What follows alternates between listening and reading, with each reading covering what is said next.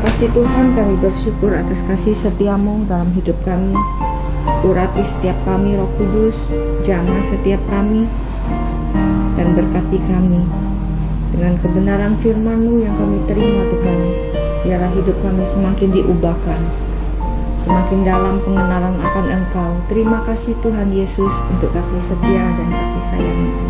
Di dalam nama-Mu Tuhan Yesus kami berdoa dan mengucap syukur. Amin. Ku sanjung Kau di tempat tinggi, sebab Engkau Imam besar agung. Ku sanjung Kau lebih dari yang lain,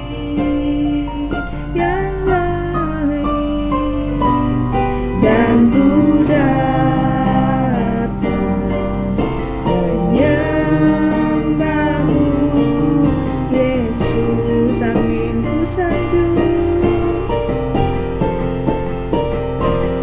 Ku sanjung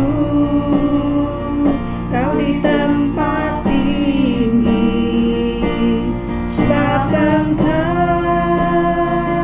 Imam besar agung.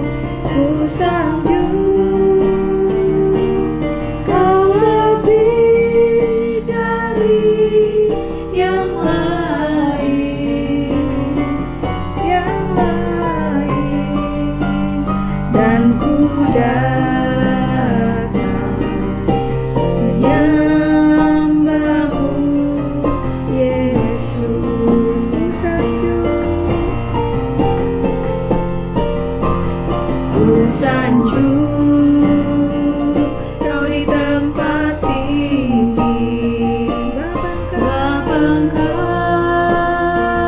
Imam besar agung. Ku sanjung Kau lebih dari yang lain,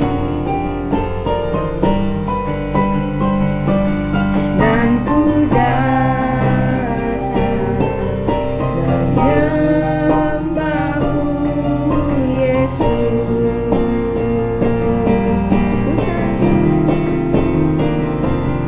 Ku sanjung Kau di tempat tinggi, sebab Engkau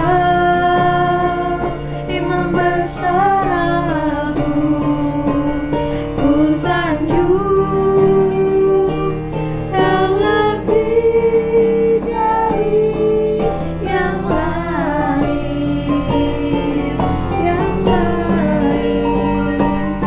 dan ku datang menyembah-Mu Yesus.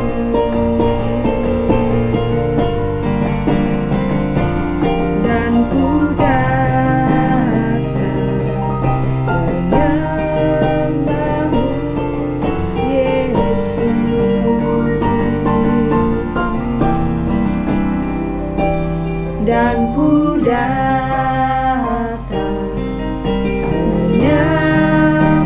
menyembah-Mu Yesus.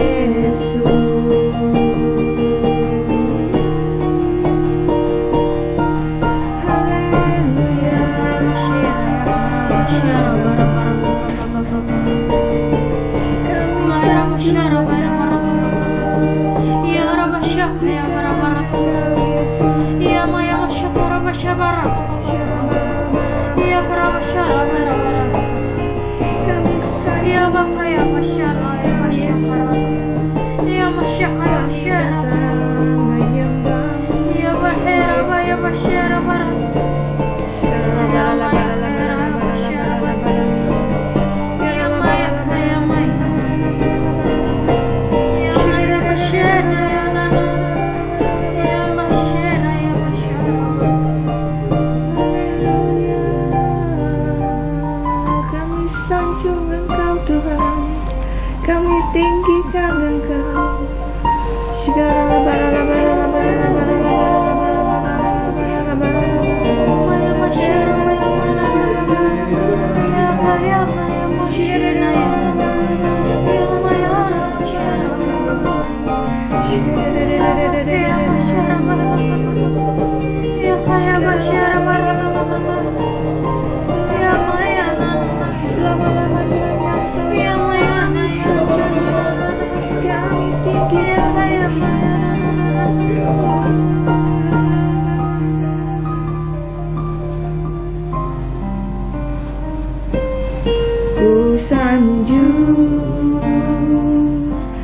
di tempat tinggi, sebab Engkau Imam besar agung. Ku sanjung Kau lebih dari yang lain,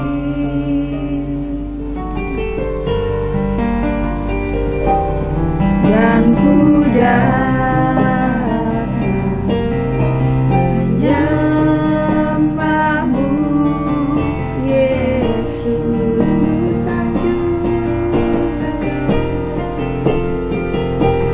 Ku sanjung Kau di tempat tinggi, sebab Engkau Imam besar agung. Ku sanjung Kau lebih dari yang lain,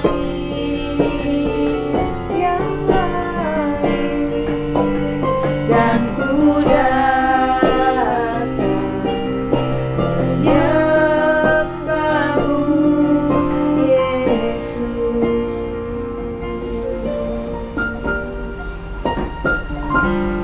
Dan ku datang menyembahmu, Yesus.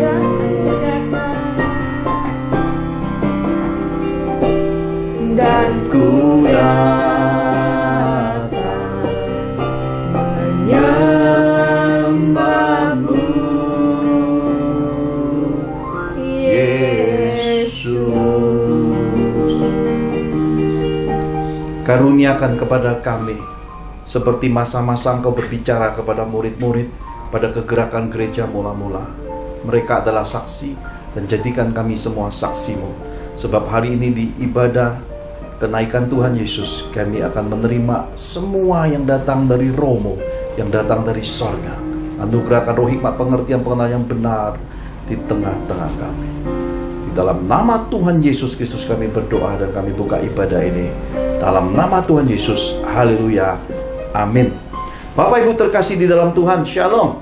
Hari ini adalah tepat sesudah Paskah, 40 hari kemudian adalah hari ini, hari yang diperingati sebagai kenaikan Tuhan Yesus. Ini hari terakhir, merupakan pembatas daripada seluruh kegenapan kitab suci dari Kejadian sampai pada semua catatan yang ada di dalam perjanjian baru, dan akan memasuki pembatasnya hari ini untuk kemudian kita bergantung kepada kitab Wahyu, yaitu masa-masa akhir zaman dan menjelang kedatangan Tuhan Yesus. Jadi hari ini ada pesan surgawi, pesan yang sangat penting yang datang lewat kejadian, peristiwa, dan hal-hal sejarah di balik kenaikan Tuhan Yesus. Mari kita lihat kebenaran firman Tuhan melalui Kisah Para Rasul pasal pertama ayat 1 sampai yang kelima.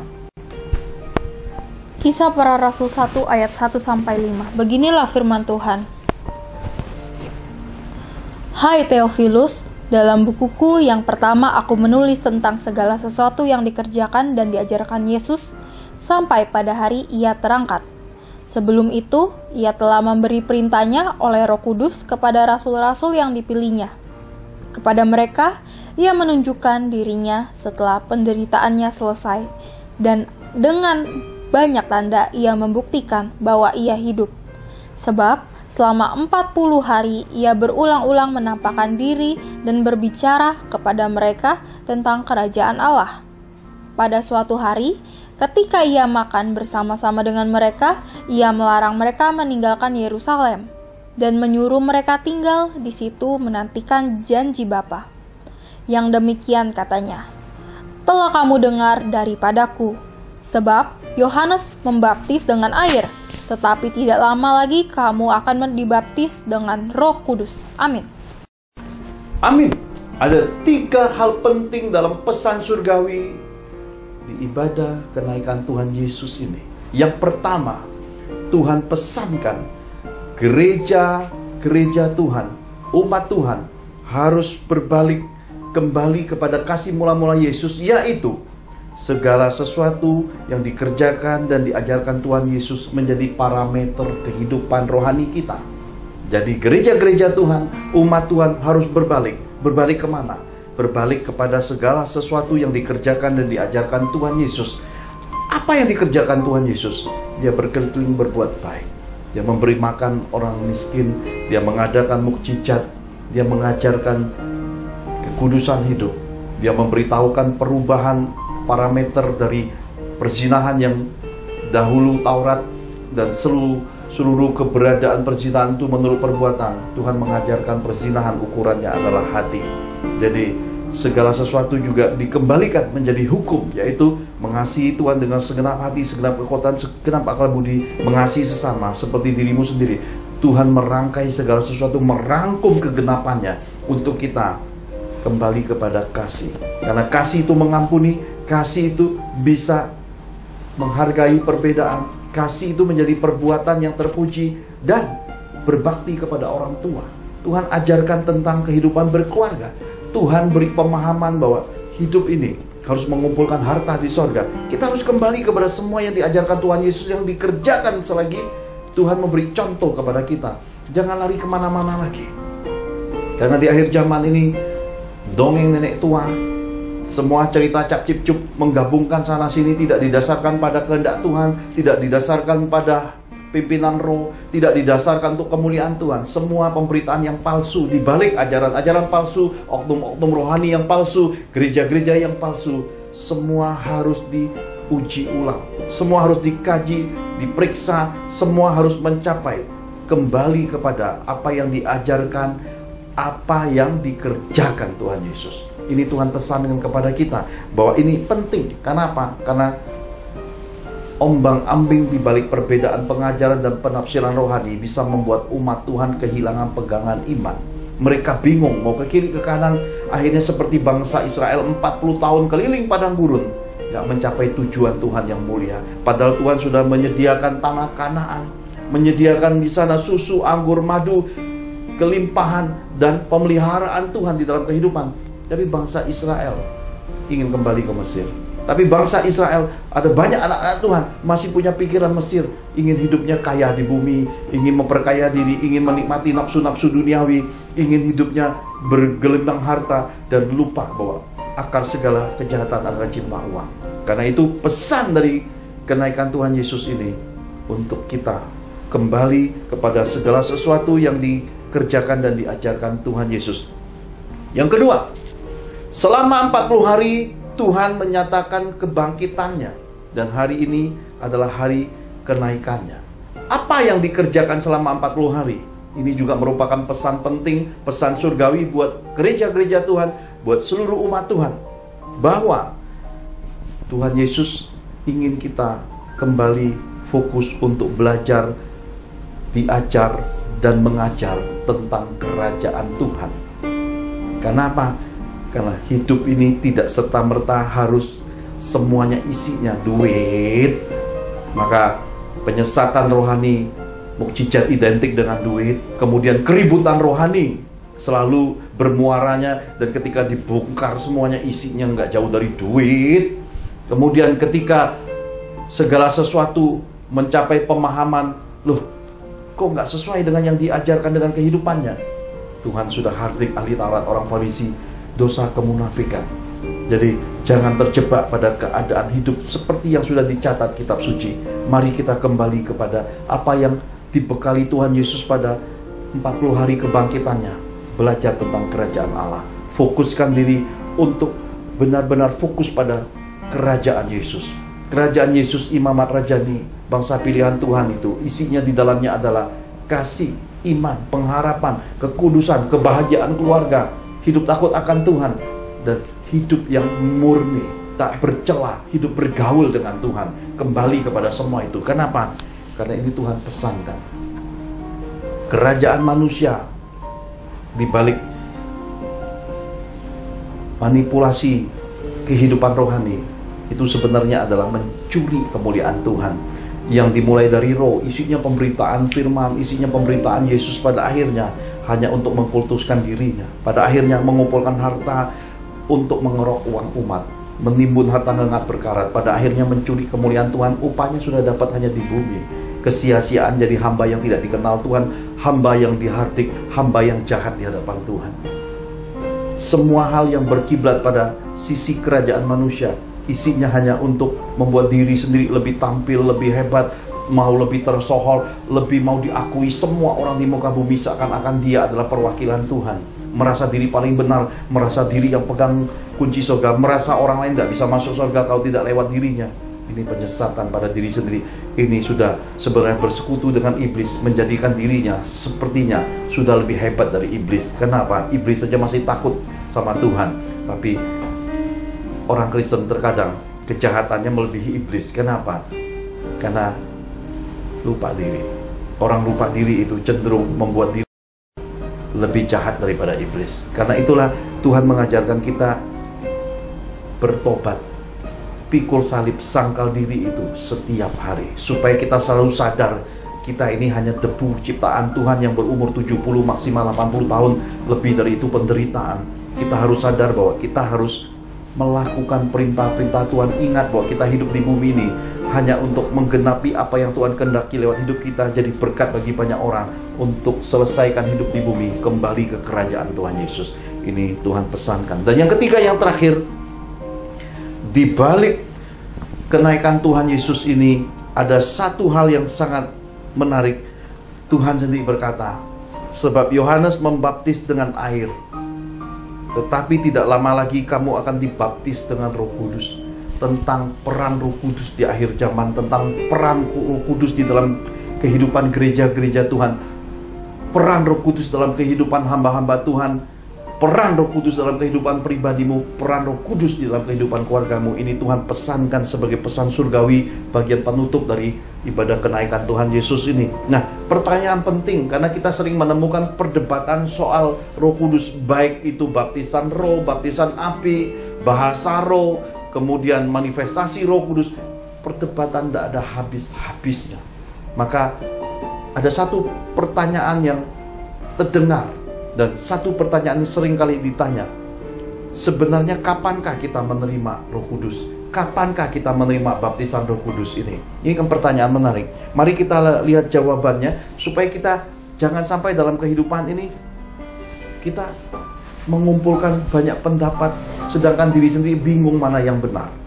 Kita mendengar banyak persepsi dan penafsiran, kita sampai terombang-ambing. Yang mana sebenarnya yang murni, yang mana sebenarnya dari Tuhan? Karena ada yang berkata saat dibaptis, ada yang berkata saat berbahasa roh, ada yang berkata saat kita berpuasa, ada yang berkata oh, sejak kita diberi Tuhan mukjizat, sejak kita mengalami apa yang disebut dengan pemulihan. Banyak sekali versi dan pendapatnya. Mari kita kembali pada kebenaran kitab suci, supaya kita bisa menemukan Paskah 40 hari kemudian adalah hari kenaikan Tuhan Yesus, dan 10 hari kemudian kita kenal dengan istilah hari Pentakosta, itulah hari penggenapannya. Jadi Tuhan Yesus 3,5 tahun di muka bumi, ada jeda 40 harinya, kemudian tambahan 10 harinya. Maka angka 10 ini penting di dalam kehidupan gereja. Bahkan di kehidupan dunia 10 dikenal sebagai angka keberuntungan. Kenapa? Ada Maradona ya, dengan tangan dewanya ya. Kita tahu bahwa angka 10 ini unik sekali. Kenapa? Mulainya dari 1, akhirnya dari 0. Kenapa? Inilah hidup. Karena satu-satunya yang mendasari hidup kita adalah Tuhan, dan kemudian yang akan mengakhiri hidup kita jadi 0 adalah juga Tuhan. Maka 10 ini adalah Pentakosta, 10 hari sesudah kenaikan Tuhan Yesus. Mari kita lihat kebenaran firman Tuhan sebagai suatu parameter jawabannya. Yohanes 20 ayat 19 sampai 23. Yohanes 20 ayat 19 sampai 23. Beginilah firman Tuhan.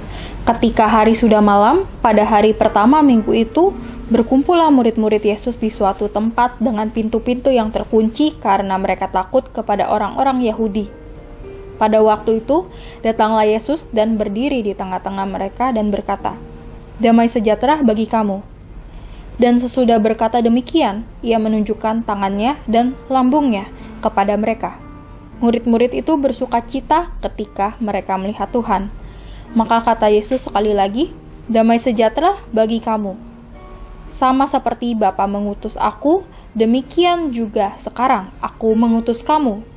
Dan sesudah berkata demikian, ia mengembusi mereka dan berkata, "Terimalah Roh Kudus. Jikalau kamu mengampuni dosa orang, dosanya diampuni.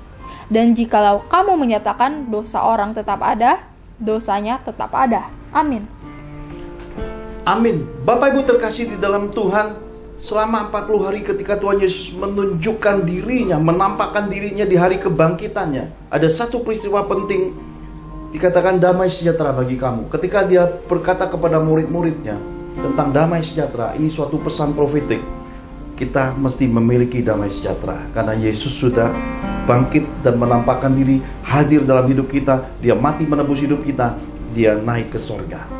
Ada satu fase lagi yang masih ditunggu oleh orang-orang percaya, orang-orang beriman, yaitu kedatangan Tuhan Yesus. Nah, ini penting kita pahami. Kenapa? Karena ini menjawab, dikatakan ia mengembusi mereka dan berkata, "Terimalah Roh Kudus."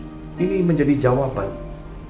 Ketika kita mendapat damai sejahtera, ketika kita berjumpa pribadi dengan Tuhan, kita sudah terima Roh Kudus. Ini terpenting, karena inilah hal yang harus mendasari kehidupan kekristenan ini sebagai lembar utama daripada segala sesuatunya, yaitu kita sudah punya Roh Kudus ketika Tuhan menjamah hidup kita. Ketika pintu kasih karunia terbuka, tanpa Roh Kudus tak mungkin. Jadi Roh Kuduslah yang mendasari pekerjaan Tuhan untuk seseorang bertobat. Jadi ketika kita menerima Roh Kudus, pintu kasih karunia terbuka. Saat itu Roh Kudus sudah ada di dalam hidup kita. Maka kita menjalani ritual rohani, yaitu kita memberi diri untuk dibaptis. Sesudah dibaptis, kita melakukan apa yang diperintahkan Tuhan, yaitu berkumpul bersama saudara seiman, melakukan suatu kehidupan komunitas yang baru, komunitas Imamat Rajani, bangsa pilihan Tuhan yang kudus, dan mulai mengikuti proses. Proses apa? Imago Dei, rupa dan gambar Tuhan. Proses buaro, permukaan diri. Kemudian kita mulai mengalami pencopotan dari kutuk-kutuk kehidupan masa lalu, melihat kehidupan yang berbeda, kehidupan nenek moyang yang kita perbaiki. Kita mulai mengalami apa yang disebut dengan tuntunan Tuhan. Dan sesudah kita mencapai semua yang Tuhan janjikan lewat Imago Dei ini, rupa gambar Tuhan, yaitu buaro karakter Kristus ini, kita malu mengerjakan amanat agung, memberi diri untuk dipakai Tuhan dan meresponi panggilan Tuhan untuk jadi berkat bagi sesama. Nah, inilah suatu proses tingkatannya. Roh Kudus datang, pintu kasih karunia terbuka. Kemudian kita mengikuti ritual rohani, dibaptis, kemudian berkomunitas rohani, lalu kita menjalani proses pribadi. 3 hal ini mendasar. Baru kemudian kita melakukan amanat agung. Tetapi dalam kehidupan ini ada banyak orang tidak ingat dan tidak sadar akan proses ini, akan apa yang Tuhan kerjakan ini. Karena banyak kali ketika orang sudah mencapai, Roh Kudus ada, kemudian kasih karunia ada, dibaptis, mereka tidak ikut lagi prosesnya. Mereka langsung lompat mau melakukan amanat agung, ingin segera jadi hamba Tuhan. Maka banyak sekali di akhir zaman ini hamba Tuhan karbitan.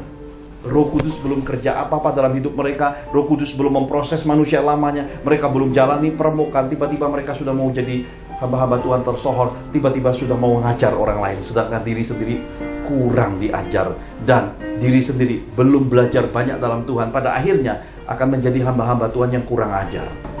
Dan ini kita harus pahami. Ini Tuhan sudah bekali kita bahwa penting untuk kita pahami, karena di balik Roh Kudus ini ada kuasa. Lihat, jikalau kamu mengampuni dosa orang, dosanya diampuni. Dan jikalau kamu menyatakan dosa orang tetap ada, dosanya tetap ada. Sejak kita menerima Roh Kudus, kasih karunia ini datang, ada otoritas di dalamnya. Jadi orang yang sudah mencapai Imago Dei adalah orang yang dapat dipercaya dalam otoritas Tuhan, baru melakukan amanat agung. Kenapa? Karena ketika kita sudah bisa mengelola otoritas, karena kita sendiri sudah selesai dengan diri kita, karakter Yesus, Imago Dei Yesus nyata dalam diri kita, baru kita jadi manusia Kristus, jadi hamba Tuhan yang mapan, kuat, dewasa, dan dapat dipercaya. Baru amanat agung itu berjalan menurut kehendak Tuhan, karena yang menjalankannya adalah orang yang sudah siap, pribadi yang siap, hamba Tuhan yang sudah selesai dengan proses dalam dirinya. Ini penting. Kenapa?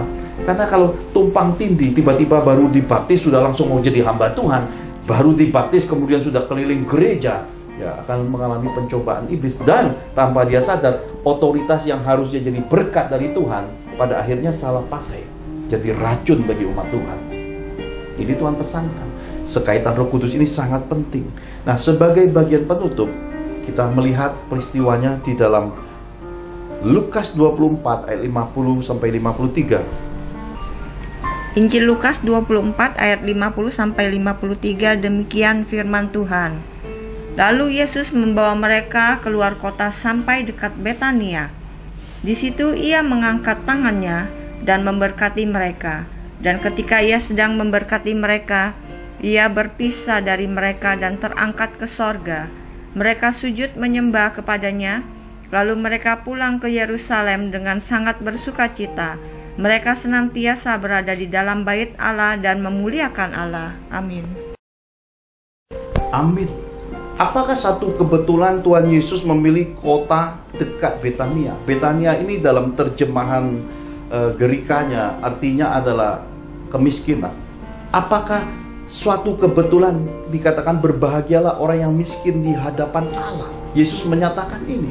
Ternyata ini pesan buat kita, umat Tuhan, orang-orang pilih Tuhan, bahkan kita yang sudah diproses dan mau siapkan diri untuk dipakai melakukan amalan agung, untuk jadi hamba Tuhan, untuk jadi pekabar Injil, untuk menjadi orang-orang yang bisa mengajar generasi berikutnya.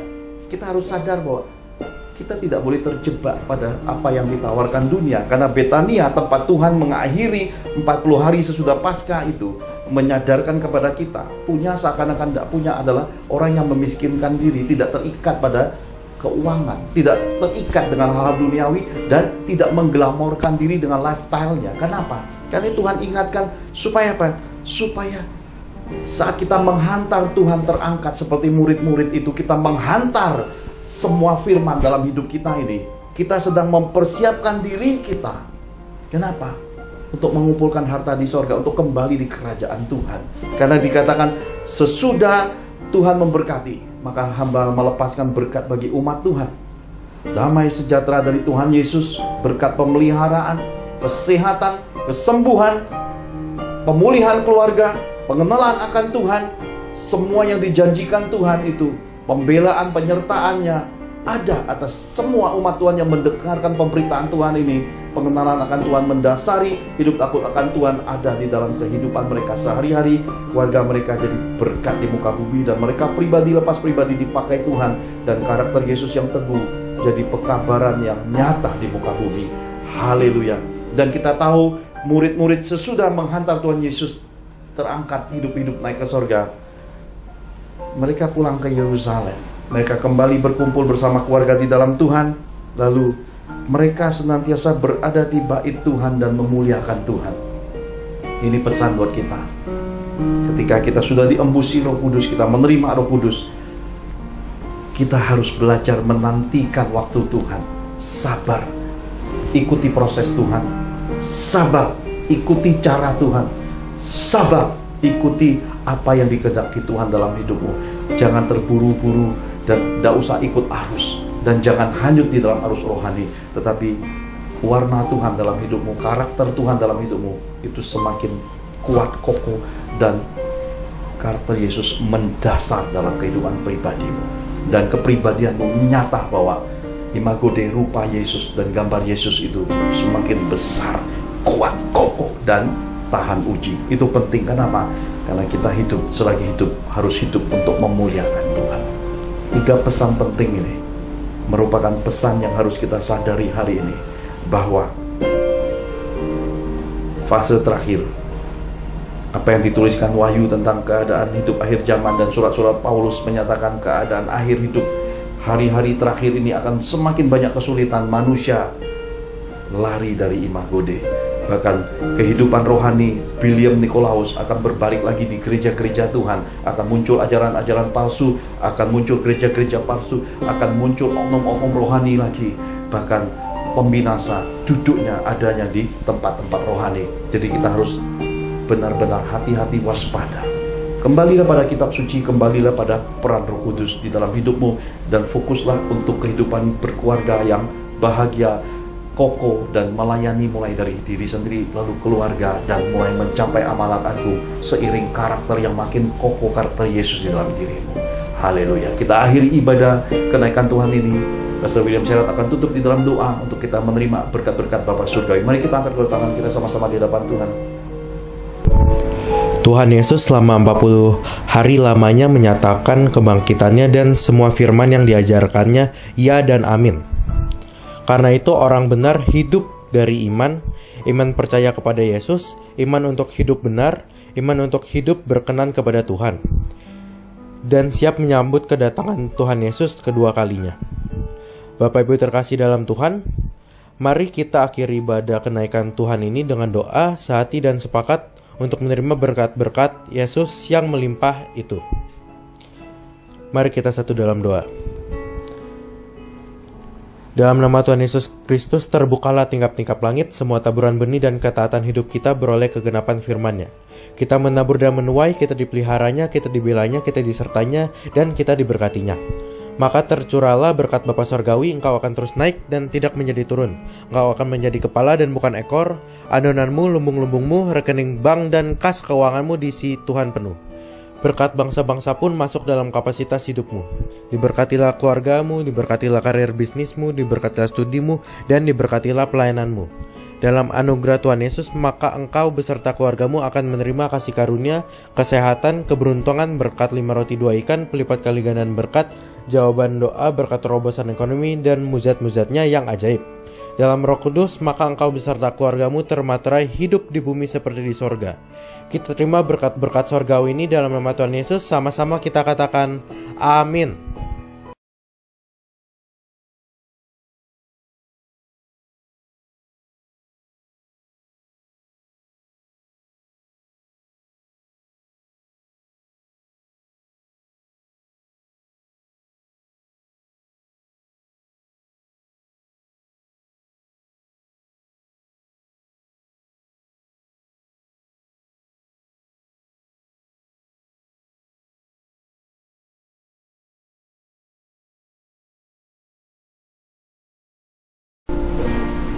Bapak Ibu terkasih di dalam Tuhan, jangan lupa nanti malam jam 7 kita akan sama-sama memasuki sakramen perjamuan kudus melalui doa bersama melalui Zoom. Linknya nanti akan Bu Angel kirimkan. Tuhan Yesus memberkati.